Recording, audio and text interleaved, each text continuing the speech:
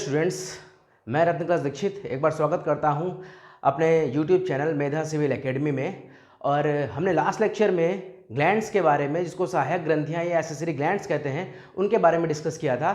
हम इस next video में देखेंगे कि किस तरीके से बड़ी आंत, जिसको हम बोलते हैं लार्ज इंटेस्टाइन, और यहाँ पर लगा हुआ है क्रम्य रूप परिशेष जिसको हम बोलते हैं वर्मीफॉर्म अपेंडिक्स, ये वर्मीफॉर्म अपेंडिक्स ये किस तरीके से कार्य करते हैं। और यहाँ पर हम एक ओवरव्यू लेंगे कि किस तरीके से मैंने लास्ट टॉपिक में या लास्ट वीडियोस में आपको क्या क्या चीज़ें कवर कराई थी। तो चलिए स्टार्ट करते हैं। मैंने लास्ट टॉपिक में आपको बताया था oral cavity, pharynx, oesophagus, stomach, liver, pancreas, इन सब के बारे में मैंने आपको बता दिया था। उसके बाद मैंने आपको स्मॉल इंटेस्टाइन के बारे में बताया था, इसको हम छोटी आंत कहते हैं।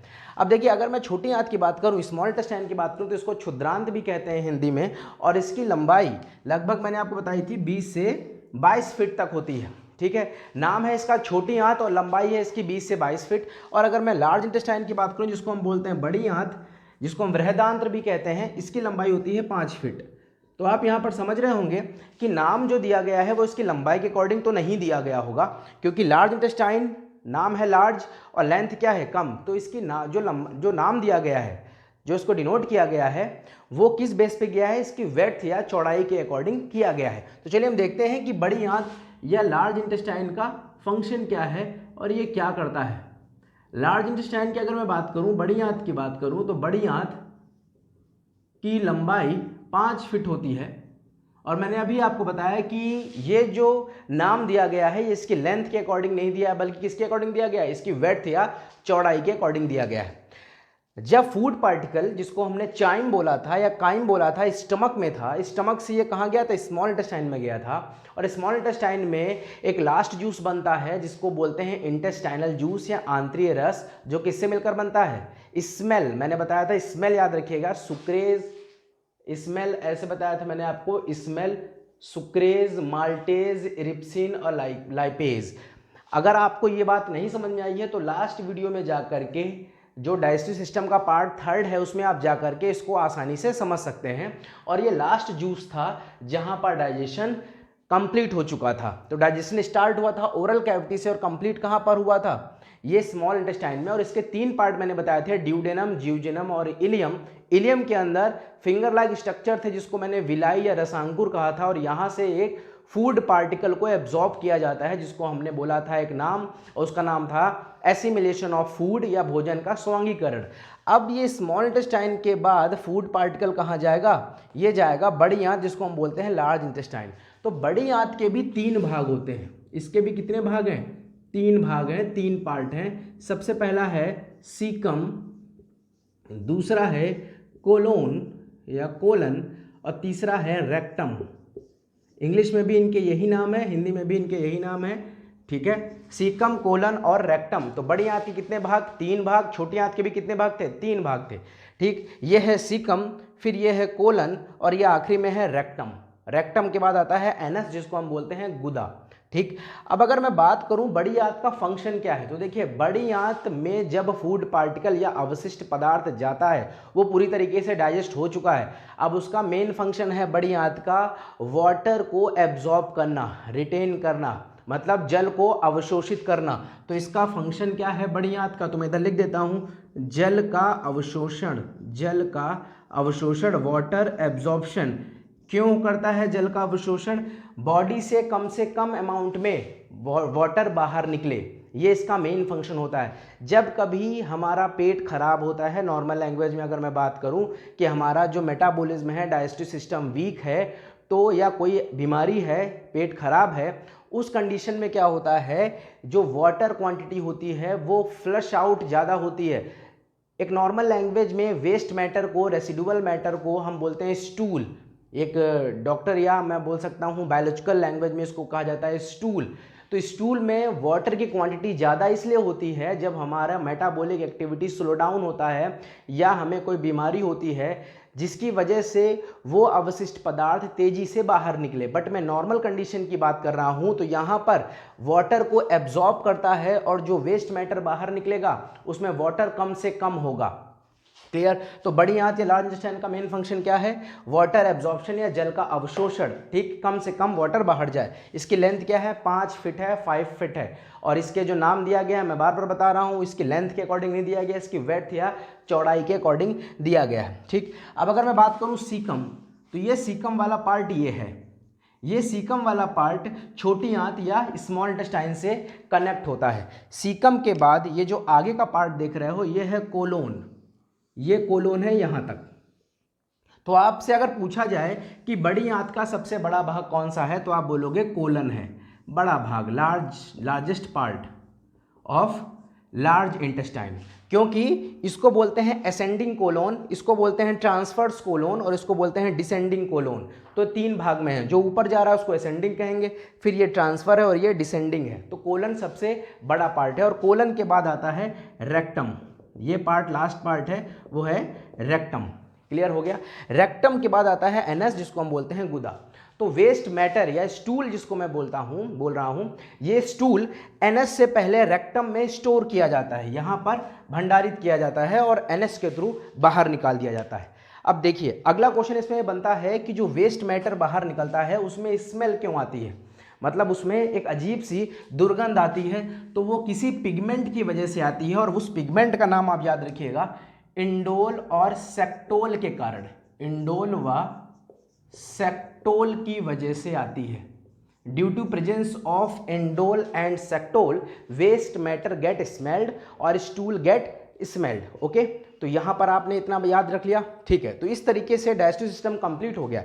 अब आपको एक चीज दिख रही होगी, ये जो लार्ज इंटेस्टाइन है, जो बड़ी आंत है, इसमें एक फिंगर लाइक स्ट्रक्चर, उंगली नुमा आकृति लगी हुई है, जिसको मैंने नाम दिया है अपेंडिक्स। इसका पूरा नाम है वर्मीफॉर्म अपेंडिक्स, या हिंदी में कहते हैं, इधर लिख रहा हूं मैं, कृमि रूप परिशेषिका, परिशेषिका। इसका काम क्या होता है वर्मीफॉर्म अपेंडिक्स का, तो मैं आपको बताता हूं। देखिए वर्मीफॉर्म अपेंडिक्स बड़ी आंत से लगा हुआ है, और इस वर्मीफॉर्म अपेंडिक्स की अगर मैं बात करूं तो बड़ी आंत के किस पार्ट से लगा हुआ है, तो ये सीकम वाला पार्ट है, पहला पार्ट है, यहां पर लगा हुआ है। इसके अंदर एक एंजाइम पाया जाता है, इसका नाम है सेल्यूलेज, सेल्यूलेज, सेल्यूलेज। देखिए जितने भी ज़्यादातर एंजाइम है उनके आगे एज लगा होता है और वो आप समझ जाओगे एंजाइम है, और जिसके बाद लगा होता है वो उसको डाइजेस्ट करता है। मतलब ये किसको डाइजेस्ट करेगा, ये लगा है सेल्यूलेज, मतलब सेल्यूलोज को डाइजेस्ट करेगा, सेल्यूलोज को डाइजेस्ट करेगा। अब बात आती है कि सेल्यूलोज कहाँ पाया जाता है, तो सेल्यूलोज जो होता है, तो ज़्यादातर जो पौधे होते हैं, प्लांट होते हैं, उनकी जो बाहर की कोशिका भित्ति होती है, सेल वॉल होती है, वो किससे बनी होती है, सेल्यूलोज की बनी होती है। और हमारे बॉडी में ऐसे एंजाइम नहीं है जो सेल्यूलेज को या सेल्यूलोज को डाइजेस्ट कर सके। तो नेचर ने हमको वर्मीफॉर्म अपेंडिक्स दिया था और उसके अंदर सेल्यूलेज एंजाइम दिया था, जिसकी वजह से वो आसानी से डाइजेस्ट हो सकता है। बट ये जो कंडीशन है ये कब काम करती है, जब आदिमानव रहते थे, ठीक है, हम प्रिमिटिव टाइम पर थे, जब हमारे पास टेक्नोलॉजी ज़्यादा अच्छी नहीं थी, हम कच्चा खाना खाते थे, तब था। वर्तमान की अगर मैं बात करूं तो टेक्नोलॉजी है, हमारे पास प्रेशर कुकर है, हमारे पास गैस है, सब कुछ है, हम कच्चा खाना नहीं खाते। तो ये जो सेल्यूलोज है वो नॉर्मली पक जाता है पूरी तरीके से, और इस एंजाइम का कोई यूज़ नहीं है। तो यहाँ होता क्या है कि जब फूड पार्टिकल स्मॉल इंटेस्टाइन से लार्ज इंटेस्टाइन में आता है, मतलब जब भोजन छोटी आंत से बड़ी आंत में आता है, तो कभी कभी ये भोजन इस क्रमि रूप परिशेषिका में आकर के फंस जाता है या रुक जाता है, और यहीं पड़ा पड़ा ये सड़ने लगता है, जिसकी वजह से इसमें इन्फेक्शन हो जाता है, जिसकी वजह से पेन होता है, लोअर एब्डोमिनल पार्ट में, लोअर पार्ट में पेन होता है। और डॉक्टर को जब चेकअप करके बताते हैं तो डॉक्टर क्या कहता है कि इसका तो कोई फंक्शन नहीं है, आप इसको काट करके अलग कर दीजिए। तो डॉक्टर इसको काट देता है, तो ये अपेंडिक्स का ऑपरेशन हो जाता है। बहुत लोग बोलते हैं कि अपेंडिक्स का ऑपरेशन होना है, अपेंडिक्स मतलब यही वर्मीफॉर्म अपेंडिक्स। तो वर्मीफॉर्म अपेंडिक्स, और इससे पहले मैंने आपको बताया था गॉल ब्लैडर, जिसको हमने बोला था पित्त की थैली, उसको भी डॉक्टर ने काट के अलग किया था। तो यहाँ पर भी, वहाँ पर अगर मैं बात करूँ तो फैट का डाइजेशन नहीं हो पाता है, और यहाँ पर सेल्यूलेज एंजाइम नहीं होगा। क्लियर हो गया। तो ये जो वर्मीफॉर्म अपेंडिक्स है, ये वर्तमान में अगर मैं बात करूँ तो किताबों में ये भी लिखा होता है कि ये एक वेस्टिजियल ऑर्गन है, एक अवशेषी अंग है। क्लियर हो गया। तो आपको यहाँ याद रखना है कि वर्मीफॉर्म अपेंडिक्स में कौन सा एंजाइम होता है, सेल्यूलेज एंजाइम होता है, जो किसको डाइजेस्ट करता है, सेल्यूलोज को पचाता है। वर्मीफॉर्म अपेंडिक्स या क्रम परिशेषिका किससे जुड़ा हुआ है, तो आप बोलोगे ये जुड़ा हुआ है बड़ी आंत। बड़ी आंत के किस भाग से, तो ये है सीकम, सीकम से जुड़ा हुआ है। तो इस तरीके से ये है डाइजेस्टिव सिस्टम का एक पूरा ओवरव्यू। ठीक, अब मैं एक तेजी से एक क्विक रिवीजन आपको देता हूँ। यहाँ पर आपको मेन चीज़ क्या क्या याद रखनी है वो मैं बता देता हूँ आपको। सबसे पहले आपको यहाँ पर जूस याद रखने हैं, जितने भी रस हैं। और मैंने सबसे पहले बताया था सलाइवा, जिसको मैंने बोला था लार। सलाइवा के बाद मैंने आपको बताया था गैस्ट्रिक जूस, गैस्ट्रिक जूस को मैंने बोला था जठर रस। उसके बाद मैंने बताया था आपको bile juice, bile juice, bile juice को मैंने बोला था पित्त रस, पित्त रस। उसके बाद मैंने आपको बताया था पैनक्रियाटिक जूस। पैनक्रियाटिक जूस की अगर बात करूं तो इसको बोलते हैं हिंदी में अग्नाशयी रस। इसके बाद मैंने आपको बताया था एक लास्ट जूस था, उसका नाम था इंटेस्टाइनल जूस। इंटेस्टाइनल जूस को हम क्या बोलते हैं, तो इसका नाम था आंत्रीय रस। जो आंत में बनता है उसका नाम है आंत्रीय रस। क्लियर हो गया। तो ये तो थे सारे जूस। ठीक, सलाइवा कहाँ से बनती है, तो मैंने बताया था आपको सलाइवा बनाने वाला सलाइवरी ग्लैंड है, लार ग्रंथियां हैं, पीएच है 6.8। मतलब क्या हो गया, ये पीएच 6.8 का मतलब हो गया एसिड, अम्ल हो गया। गैस्ट्रिक जूस बनता है अमाशय में, स्टमक में। मेन कंपोनेंट है HCl और इसका भी पीएच क्या है 1 से 3, बिटवीन 1 to 3। तो ये भी क्या हो गया, एसिड हो गया। बाइल जूस बनाने वाला लिवर है। स्टोर कहाँ होता है, तो गॉल ब्लैडर में होता है। ठीक है, इसके पीएच की अगर बात करें तो ये बेसिक नेचर का था, मैंने आपको बताया था, क्षारीय प्रवृत्ति का है। पेनक्रियाटिक जूस नाम से क्लियर हो रहा है कहाँ बनेगा, पेनक्रियाज में या अग्नाशय में बनेगा। और इसका भी पीएच क्या था, बेसिक था। और इंटेस्टाइनल जूस कहाँ बनेगा, तो याद रखिएगा ये बनता है स्मॉल इंटेस्टाइन में, लार्ज इंटेस्टाइन में, बड़ी आंत में कोई भी जूस नहीं बनता। ये आखिरी जूस है जो कहाँ बनता है, छोटी आंत में। और यहाँ पर भी जो जूस है वो क्या है, बेसिक है। तो आप देख रहे हो कि सारे ही सारे तीनों बेसिक हैं और उससे ऊपर क्या थे, एसिडिक थे। तो दो हैं, जो ओरल कैविटी में सलाइवा है और जो स्टमक में गैस्ट्रिक जूस है वो है एसिड। उसके बाद जितने भी हैं वो हैं बेस। क्लियर हो गया। तो आपसे जो क्वेश्चन बनेगा वो सबसे ज़्यादा इन्हीं जूस के बारे में वो आपसे पूछेगा। और उस जूस के बाद आपसे बनेगा क्वेश्चन अगला लिवर से, लिवर का फंक्शन या लिवर कौन कौन से प्रोसेस करता है। ठीक है, और एक क्वेश्चन आया है कई बार, मैंने आपको उस समय बताया था एंटीकोगुलेंट, रक्त का थक्का नहीं जमाने देता है, वो हिपैरिन है। बनाने वाला कौन है, लिवर है बनाने वाला। क्लियर हो गया। तो ये तो था एक ओवरव्यू। अब यहाँ पर एक चीज और छोटी सी रह रही है, वो है ह्यूमन टीथ। ह्यूमन टीथ, मनुष्य के दांत। तो आप सबके पास दांत हैं, ठीक है, ह्यूमन टीथ सबके पास हैं। अगर मैं टीथ की बात करूं तो आपने देखा होगा कि बच्चों के पास, अगर मैं टीथ की बात करूं तो बच्चों के पास दांत होते हैं 20। और एडल्ट की अगर बात करूं तो दांत होते हैं, मतलब ह्यूमन टीथ होते हैं 32। बट क्या सबके पास 32 दांत हैं, नहीं, किसी के पास भी 32 दांत पूरे के पूरे नहीं होते हैं। ये बहुत ही, अगर मैं बोलूँ तो एक्सेप्शनल केस है, जो कुछ लोगों के पास 32 के 32 होंगे। उसका एक रीज़न है, हमारे जो जॉ लाइन है, जो जॉ बोन है, उसमें इतना साइज नहीं है या उसका इतना शेप प्रॉपर नहीं होता है कि आखिरी के जो मोलर आते हैं, जिनको अभी मैं बताऊंगा कि कितने टाइप के टीथ होते हैं, उनके क्या क्या फंक्शन है। तो जो मोलर टीथ होते हैं, जिसको हम बोलते हैं विजडम टीथ, वो प्रॉपर नहीं आते हैं। या तो किसी के दांत होंगे 28 या 29 या 30, ठीक है, 32 बहुत रेयर केस है।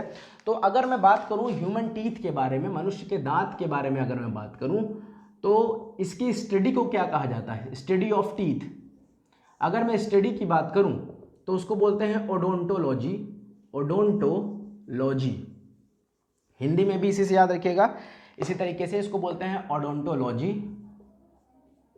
ओडोंटोलॉजी। ठीक, ये तो हो गया पहला। अब अगर यहां पर देखा जाए किस तरीके से क्वेश्चन बनेंगे, तो अगर मैं एक टीथ का रफ डायग्राम बनाऊं तो टीथ में बेसिकली दो पार्ट होते हैं। ये ऊपर वाले पार्ट को हम बोलते हैं क्राउन और नीचे वाले को बोलते हैं रूट। तो दो पार्ट हो गए, क्राउन और रूट। ठीक, और इसके ऊपर, क्राउन के ऊपर एक पतली सी थिन लेयर होती है। इस थिन लेयर का नाम क्या है? तो आप सभी जानते हैं, इसको बोलते हैं एनेमल। क्वेश्चन बना हुआ है, इस एनेमल से क्वेश्चन बना है। और क्वेश्चन क्या है? Hardest part of our body, हमारे शरीर का सबसे मजबूत भाग कौन सा है? तो वो है इनेमल। इनेमल टीथ के ऊपर होता है, इसको प्रोटेक्शन प्रोवाइड करता है। अब आप सभी लोग मॉर्निंग इवनिंग में या रात में सोते समय टूथपेस्ट करते होंगे, मॉर्निंग में टूथपेस्ट करते होंगे। तो टूथपेस्ट करने का क्या रीज़न है, कभी आपने सोचा? तो चलिए देखते हैं टूथपेस्ट आखिर क्यों किया जाता है, हम ब्रश क्यों करते हैं।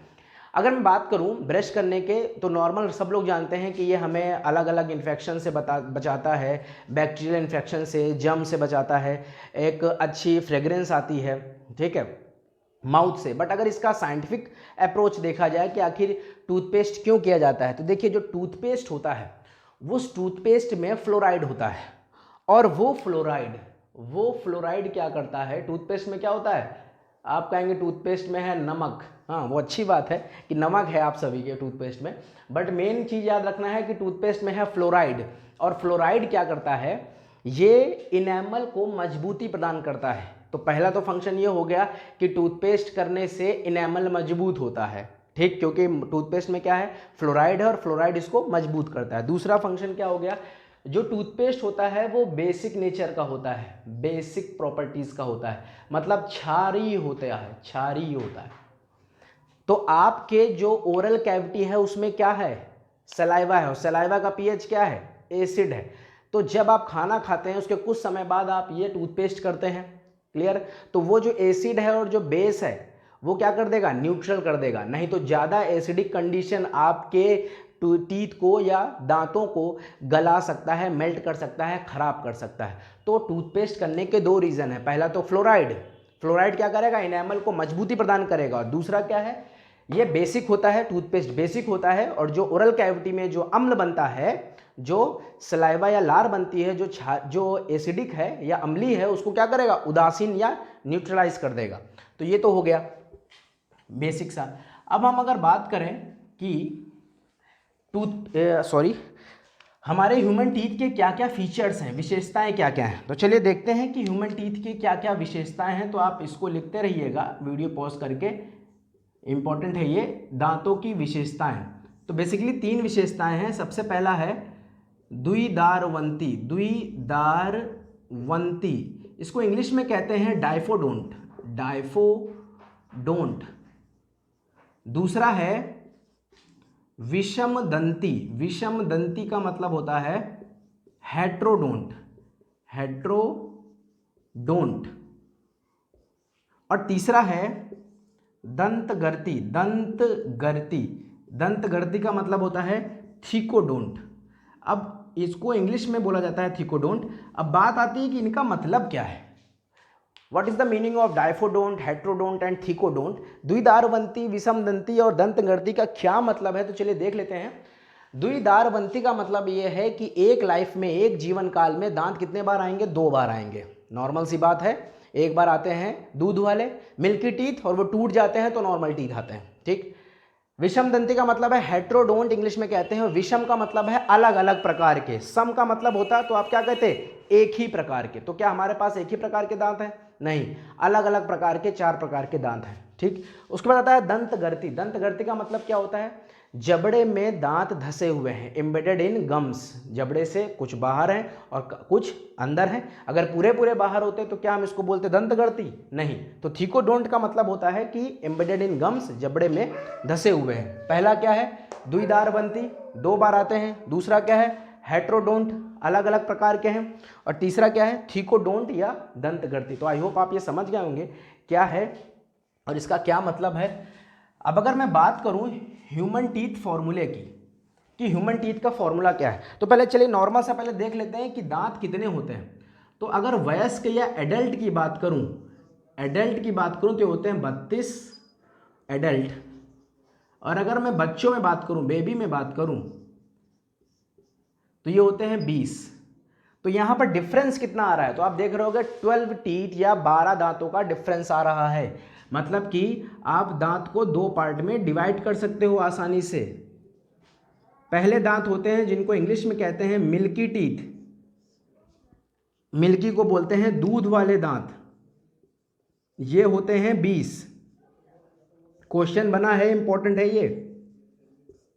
दूसरा है नॉर्मल टीथ, नॉर्मल जिसको हम बोलते हैं सामान्य दांत। सामान्य दांत कितने होते हैं? ये होते हैं 12। और ये कितनी बार आते हैं? ये सिर्फ एक बार आते हैं। अगर ये टूट गए तो दोबारा नहीं आएंगे, आपको लगवाना पड़ेगा। और मिल्की टीथ 2 बार आते हैं, एक बार जाएंगे दोबारा फिर आएंगे, मतलब 20 के 20 बार 20 दांत एक बार पूरे टूट जाएंगे, दोबारा से फिर से आएंगे। बट ये जो 12 हैं ये एक ही बार आएंगे।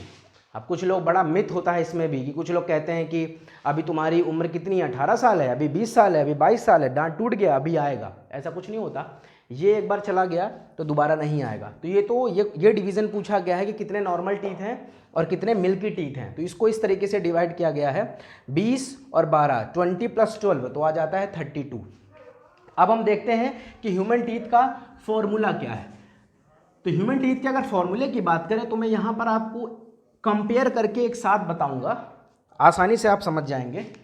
एक तरफ मैं लिखता हूँ एडल्ट, वयस्क, एडल्ट को बोलते हैं वयस्क। एक तरफ बच्चों का, बेबी का लिखता हूँ। बच्चों की अगर बात करें तो यहाँ पर जो ह्यूमन टीथ फॉर्मूला होता है तो वो होता है 2123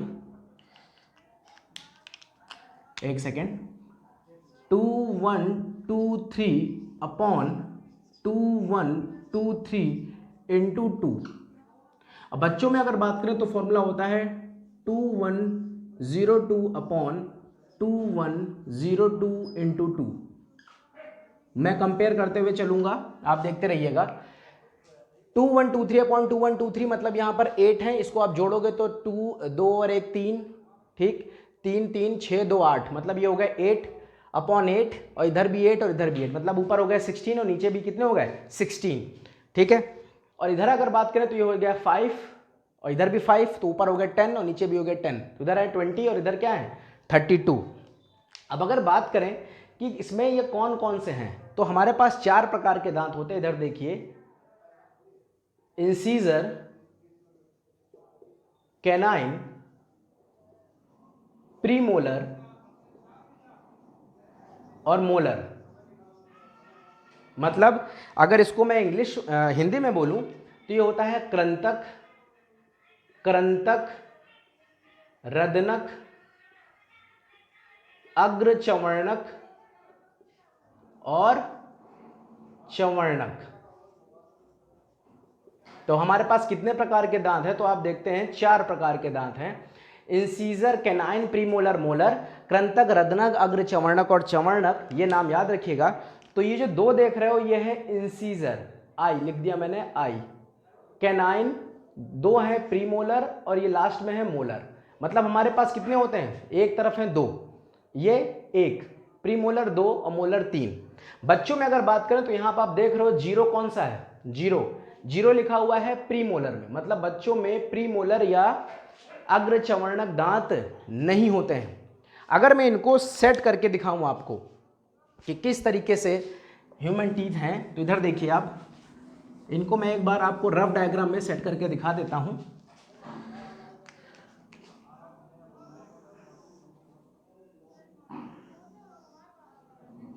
ये आपका जबड़ा है मान लिया, मैं इसको 20 से डिवाइड कर रहा हूं।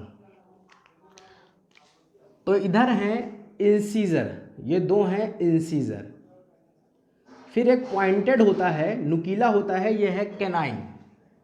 फिर 2 होते हैं प्रीमोलर। फिर होते हैं 3 मोलर, 1 2 और 3, 1 2 3। तो ये हो गए आपके मोलर। ये कितने हो गए? 3।